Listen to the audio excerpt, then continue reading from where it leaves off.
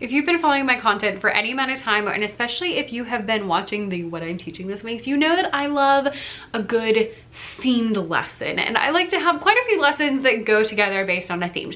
One of my favorite themes, especially at the beginning of the school year, but I mean, anytime is good, is to do like an ocean theme. So in this video, we're gonna talk about ocean themed folk songs, listening selections, like classical music you can listen to, books that you can read with your class, and some activities that you can do with that are all like ocean themed throughout your, you know, weeks or months or whatever you want to do ocean themed things. So let's get started.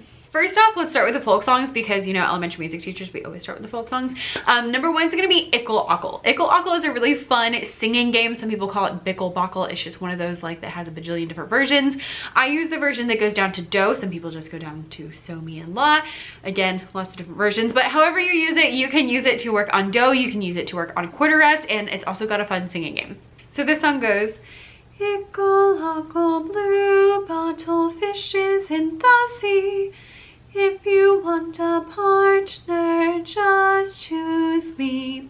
This is a really fun partner stealing game. So what you do is one kid goes to the middle. We call that person the person in the shark tank.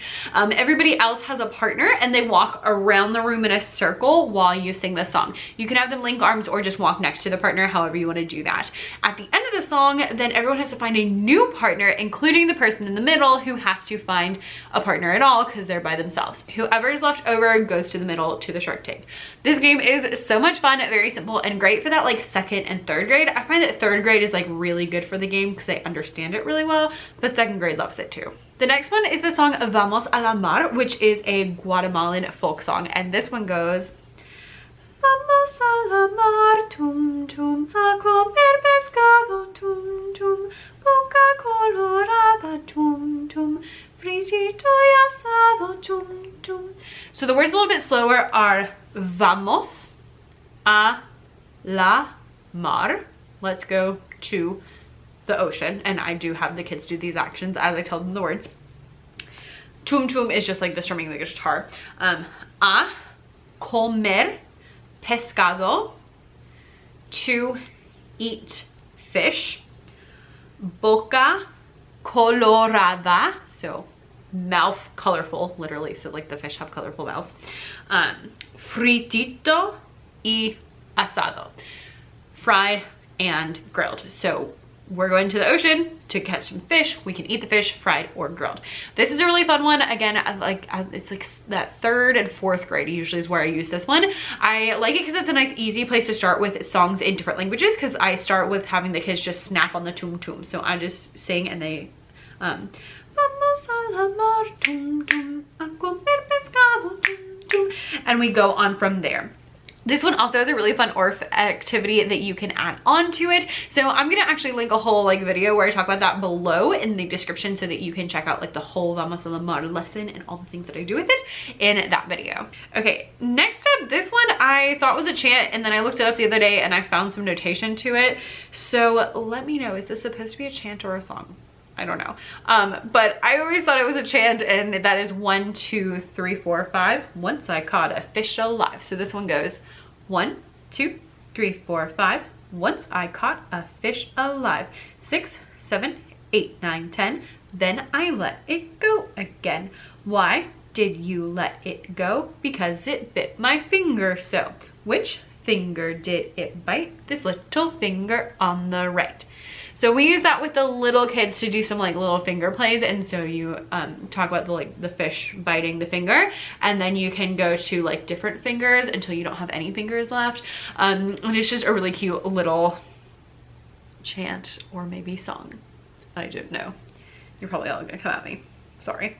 Next up is Long-Legged Sailor. This song is a fun clapping game that it's a great time. So this is a do re mi song, and you do a clapping game with it. So you do right hands clap, left hand clap, except when you say the word long. So I'll sing it first. It goes, have you ever in your long-legged life seen a long-legged sailor with a long-legged wife? So with the clapping, it would be, have you ever in your long-legged life seen a long-legged sailor with a long-legged wife? and then you say, no, I've never seen a long-legged sailor with a long leg, would I? And then you can do short-legged, and then you can do one-legged. You can also do bow-legged, but I usually omit that one because it seems just a little bit mean. But you can continue with different verses that way, and it is just so funny and so much fun. We like to start really slowly and then get faster. And typically the first time I have them just play it with me in the air before I have them do it with other students. All right, next up is the song Seashell, Seashell. So this one goes, seashell, seashell, sing a song to me. Sing about the ocean, sing about the sea. With this one, I like to practice the half notes. I usually use this at the very beginning of 3rd grade, and we practice the half notes and we play them on the drums. But there's also, of course, a lot of other themed things that you can do along with it. Next up, I'm gonna give a shout out to David Rout over at Make Moments Matter, because he wrote this little like folksy type song that my students are obsessed with. And it goes, fish, fish, little fish, I am going to catch you. Fish, fish, little fish, get into my mouth. So we love doing this one, and we do it as an out game. So we go around the circle, and whoever gets tagged on the end is the one who is out. And usually I have like a student do a like finger puppet on a glockenspiel mallet, and they tap as they go around, and then whoever's out is the next person to hold it, and then that person goes and sits out. You can have them keep the beat, you can have them just sit out. I am by the way, some people always ask me like, what do you do with the kids who get out? Usually my answer is they're just out. Like, it's character building for kids to be out and just for them to be out. So a lot of times I just have them sit out, and then maybe we'll come back in and do another round, but don't feel bad about that at all, because they need that. I will link his whole like blog post about this song down below, because it is just so cute and my kids love it. We especially like to, we'll sometimes act it out in our hands. So we'll have our like fish, and then here's the shark coming, and they chomp them, and then we act like we're different animals. So we'll have like the octopus chomping the fish, and then we'll have like all, it's a whole thing. It's a whole thing. All right, and the last one for today is gonna be Sailor, Sailor, and the song goes, sailor, sailor on the sea, sailor, sailor on the sea, sailor, sailor on the sea, what treasures have you brought for me? This is also a do re mi song, which makes it perfect if you're doing do re mi. You can do like the two together, because you know I love good themed lesson. This one and the long-legged sailor. So what we do is one student walks around the room while you sing that, and then whoever they land next to, they sing verse 2, which is, so the second verse goes, farmer, farmer on the land, farmer, farmer on the land, farmer, farmer on the land, I've golden jewels in my hand. And what you do is you have between 1, 2, or 3 jewels, you can use actual jewels or like pieces of paper, in the kid's hand, and so they can have 1, 2, or 3, and they hold out their hand, and the farmer has to guess how many they have in there. I also got, if you like stock the dollar section at Target, I have like a cute little like treasure box looking thing. They also have wooden ones at Michael's that you can use for that, and you can have them put them inside of the treasure box or pick them out. And then after that, then there's 2 different versions, 2 different verses depending on what happens. So one is you have guessed the number true. Now you may sail the ocean blue, so they switch places. The farmer becomes the sailor sits down. And the other one is you have missed the number plain, so I must sail the sea again. So that if the person doesn't guess correctly, then the sailor continues to be the sailor and goes on. So I hope that's helpful. That's a really fun one. And I don't know about you, but I often get thrown into the teachers' classrooms for various reasons. And so I'm always looking for games that are good for that situation where it's like, oh my gosh, we just need something to do right now. This is a good one. I've done this because like they're all seated except for the one kid. It's very controlled, it's pretty quiet, and it's really fun. So that's a fun one. All right, next up are some ocean themed books. Some of these have like specific lessons, some of them are just for fun, and that's all I got. So number 1 is Pout Pout Fish. This is a really cute one for the littles, talking about like, you know, a fish that pouts too much. And it's just super cute, really great. You could do that one and then play a game, and so you can talk about like not pouting when you get out. And things like that. Number 2 is gonna be Rainbow Fish. This one's a classic. It's so much fun. And my favorite thing, I saw someone on Instagram, okay, if you ever wonder why I don't talk about other people's lessons or like share, you know, and be like, oh, you should go follow that person, it's because I can never remember who shared things. And so I saw somebody on Instagram, if you know who it was let me know down below. But they did rainbow fish, and they had all of the kids have like a scale, and they wrote like a fish scale, not a scale. And so they wrote a rhythm on the scale and drew like a pattern, and then they put them all together to make a fish, which I totally might do for my like back to school if we do vamos a la mar, and then we can do that. That might be great. Super cute. If you know who said that, suggested that, let me know down below.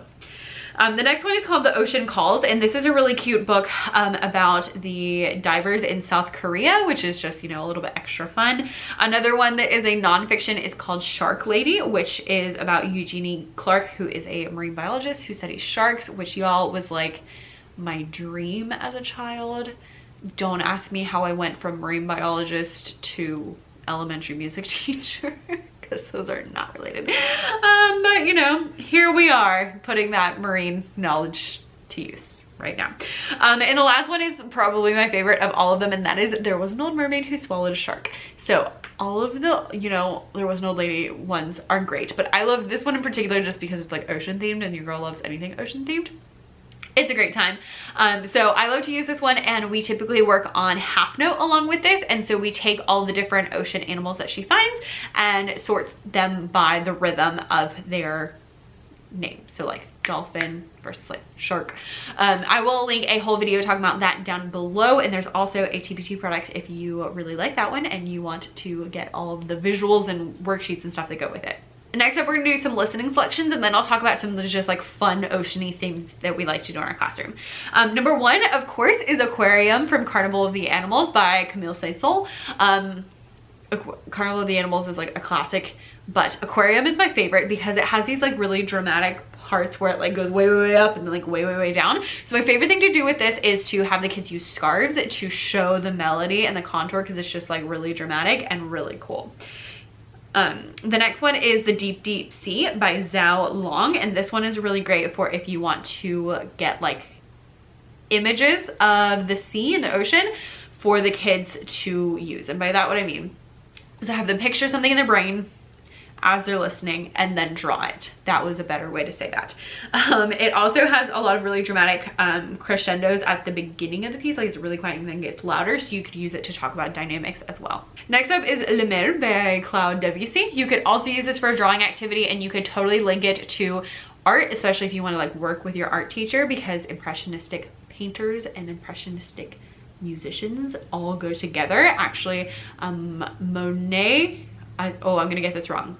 It was either Monet was inspired by Debussy or Debussy was inspired by Monet. One or the other. But they are linked, so that's a fun thing to talk about with your kids, and you could maybe do like some different pictures of impressionistic painters up on the screen and have them like see if they can match the song to the picture that would match the best. The next one is, I'm gonna say this wrong, The Hebrides by Felix Mendelssohn, also known as Fingal's Cave, and it's a tone poem, so the whole idea being that the music is supposed to remind you of Fingal's Cave. I don't know who Fingal is, but I probably am like, yeah, but it's depicting an island, so that would be a good one as well for a drawing activity. I personally love Mr. Mendelssohn and Miss Mendelssohn. I did a whole like work study project on the Mendelssohns during college. Fun fact, so I know like way more information than anyone should ever know about Felix and Fanny. And the last one is like totally different than the others, because the others were all like classical pieces, but that's El Pescador, which is a Colombian song, and it is so much fun. I love this song. I'm gonna link the YouTube video I used to teach it down below. It's about a fisherman, and he dreams of the moon and he dreams of the sky, but it's just so much fun. So we like to use this one for dancing, and then also we like to keep the beat along with it, or play the rhythm. So especially in the chorus it goes El Pescador, El Pescador, and so we play the rhythms along with that. And then also you can draw all the things that the fisherman is dreaming of in his dreams. All right, now that we've gotten through all of that, let's talk about a couple of just like fun oceany things that I like to use that don't fit into any of those other things. So along with those other things I use for ocean, number one of my favorite things is to pick an ocean song and to have the kids act out different animals in the ocean. So we'll do like Ickle Ockle, and I'll say, what's something that lives in the ocean? And they'll say, a shark. I'm like, great. This time let's swim like a shark while we sing. And we sing. And then what's something else that lives in the ocean? Oh, an octopus. Great, let's move like an octopus while we sing along with that. And that's a really fun way that you can practice the song over and over and over, so it really gets in their brain so they know it, but keeping it fresh every time, and also it gets the wiggles out, and it's just a lot of fun. So that's something that I love to do along with ocean themed things. Number 2 is figuring out the rhythms of ocean animals and then creating like patterns. So I use ocean animal rhythm manipulatives that are in my TBT shop. You can totally make them your own. You just need like pictures of different animals and then figure out what the rhythms that go along with them. So like dolphin might be T, and then you can have the kids put them together to create different patterns. So you can use that as a B section to your song. You can have them play them on instruments. You can do it as a small group or a centers activity. It's really simple and so much fun. We also like to do this during Hispanic Heritage Month because typically 3rd grade starts the year with ocean songs and then Hispanic Heritage Month. So these are actually available in my TBT shop in Spanish and in English. So we learn all the Spanish words for all of the animals, which is extra fun because like caballo de mar is the best. That's a seahorse, by the way. So that's a lot of fun as well. Number 3 is Save the Fish. So this is a solfege game where I have it's up on the screen, and the kids have to save the fish from all of the impeding animals coming to eat it by choosing the correct solfege. So I'll have 2 patterns on the board and they have to tell me which one is correct. So it'll be like notes on the staff, and then it's, you know, does it say so me, or does it say me, so, and they have to tell me which one.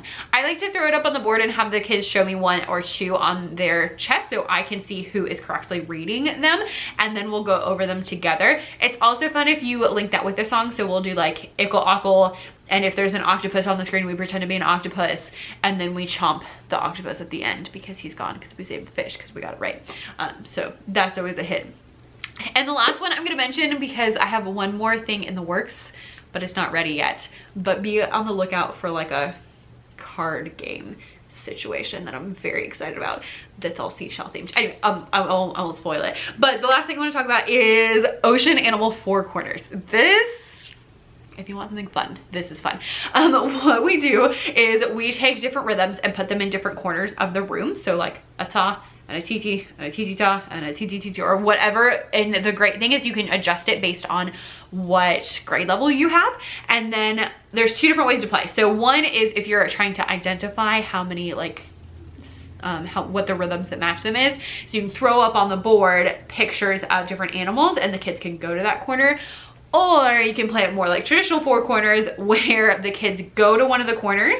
You could even have them go to the corners while you sing and then throw up an animal on the board, and whichever rhythm matches that animal, those kids are out. So for example, if dolphin is what's up on the board, the kids who are in TT would then be out and they would sit down, and then you would sing and move around, go to the next one. So that's a good way you could implement any of those ocean themed songs along with the game, and super fun. The kids love 4 corners. It's one of our favorites. So that's, and obviously you can use that with not just ocean animals, but you can do any kind of animals. You can do food. We do it with like candies, like all sorts of things.